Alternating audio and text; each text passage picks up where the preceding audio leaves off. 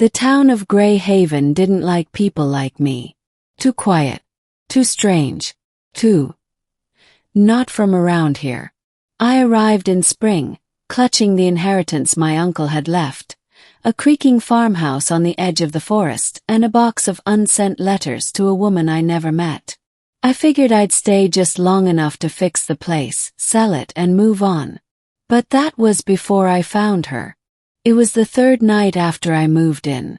I was walking the forest line at dusk, chasing the last sliver of daylight, when I heard it, a faint dragging sound, like something heavy being pulled through dry leaves. Curiosity overtook caution, followed it, and that's when I saw her. A girl, no, a young woman, maybe 20, sitting on the forest floor with her back propped against a fallen log. Her long, wheat blonde hair was tangled with twigs. Her legs, pale and thin, lay useless in front of her. She didn't flinch when I stepped closer. "I don't need help," she said calmly. "You sure?" I asked, looking at her legs. "They've never worked," she said. "They won't start now." I hesitated. "Do you live around here?" "I did," she replied, gaze fixed on something behind me. "But that house burned, along with my father." Silence stretched between us. "What's your name?" I asked. "May." "I'm Jonah." She didn't offer a smile nor a hand, just a nod. Her tone was steady, her presence oddly regal despite her grounded position. There was something in her eyes, wild and haunted, like she'd been out here far longer than anyone should. "I can carry you back," I offered. "No one carries me." Beat passed. "Then I'll just sit with you," I said, lowering myself to the forest floor beside her. Over the next few days I returned. Always with food, sometimes with questions. She was guarded but never rude.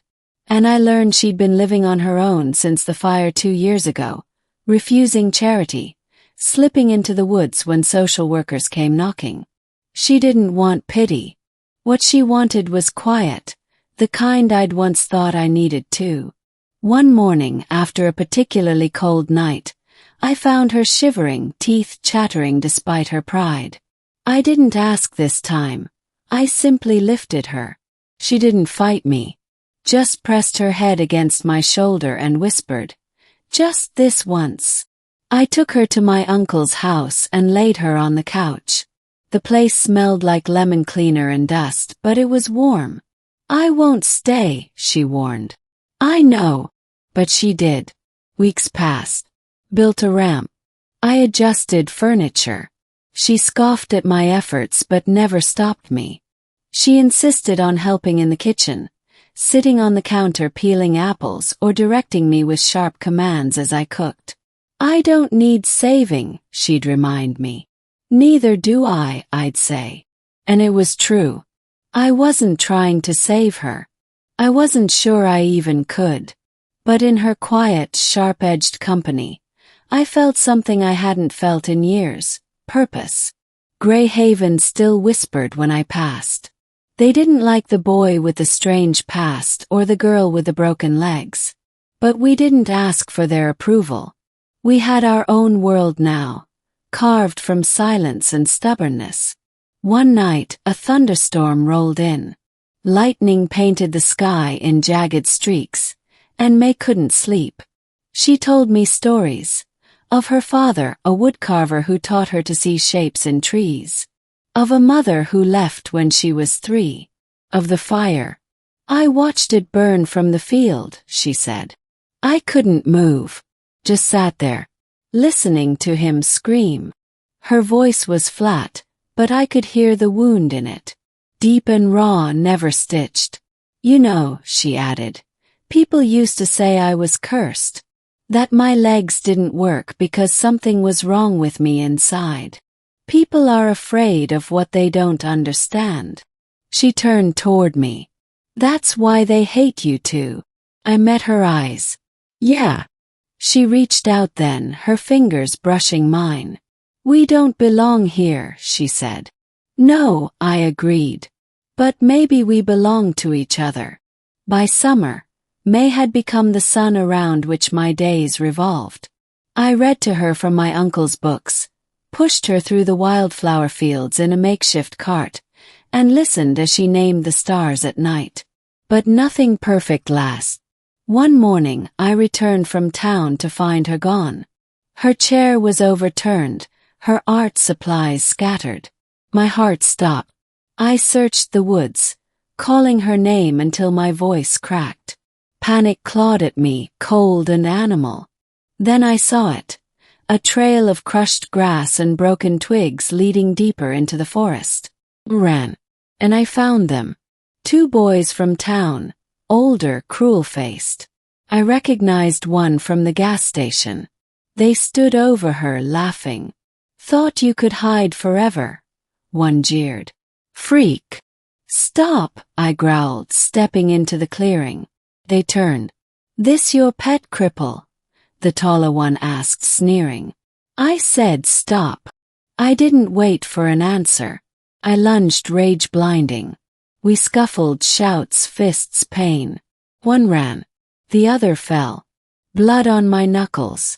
A ringing in my ears. May stared at me, her eyes wide. "You shouldn't have. I'll always fight for you." She didn't say anything. Just reached for me with shaking hands. That night we packed. We left Grey Haven before dawn, our belongings crammed into the back of an old truck I hadn't driven in years. I didn't know where we were going. Neither did she. But we knew we couldn't stay. We drove for hours, stopping only when we reached the edge of the mountains. A small town nestled in the valley below welcomed us with curious eyes, not judgment. We rented a cabin. Simple. Quiet. May painted again. I wrote. We grew herbs in the windowsill and watched rainstorms roll across the hills like slow-moving giants. We made a new life. Not perfect, but ours. Years passed. May became a children's book illustrator. Her hands, always expressive, now brought woodland creatures and wild-eyed girls to life on the page. I published essays about small towns and smaller hearts, about loneliness and love. One day, she wheeled up to me holding a sketch. It was us. Me, leaning on a cane I hadn't needed for years, and her, arms outstretched in a field of stars. "The book's called We Carried Each Other," she said, smiling softly. I touched the paper. My throat tightened. "I couldn't walk," she said. "And you couldn't belong. But we figured it out. Together." Now, when people ask us how we met, we tell them the truth. She was alone in the woods. I was lost in my own mind. And somehow, 2 broken things found a way to hold each other up. She still can't walk. And I still don't belong in most places. But we carry each other every day. And that's enough.